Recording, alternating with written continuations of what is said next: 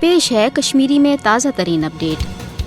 مقبوض جوم تو مز بھارتی قابض فوجچ قتل و غارت گری، لوٹ مار تو مابقی پرتشدد کاروائن ہند سلسلہ بدستور جاری۔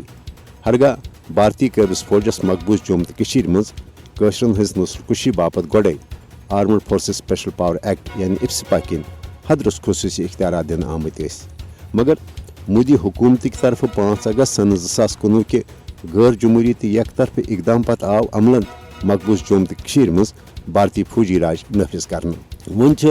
بھارتی قابض فوج گھر گھر تلاشی تو اچانک چھاپ کاروائین دوران نہ صرف لکن ہند گھرن مز اچت لوٹ مار کران بلکہ بھارتی قابض فوجو قشرن انتقامی کاروائی تحت جانی تو مالی نقصان واتناون ون مقبوض جوم تو مز بھارتی قابض فوجک اخ معمول بنیومت یل زن بھارتی بدنام زمان تحقیقاتی ایجنسی تون قشرن حریت پسند لکن خلاف اپز مقدم بنوت گرفتاری تو چھاپ کاروائی ست خوف و حراسک ماحول پید کرت قشرس حریت پسند عوامس پنہ وطنچ تحریک آزادی حوالہ عملی کردار ادا کرنے نش پتھ رٹنچ تہ کوشش کران۔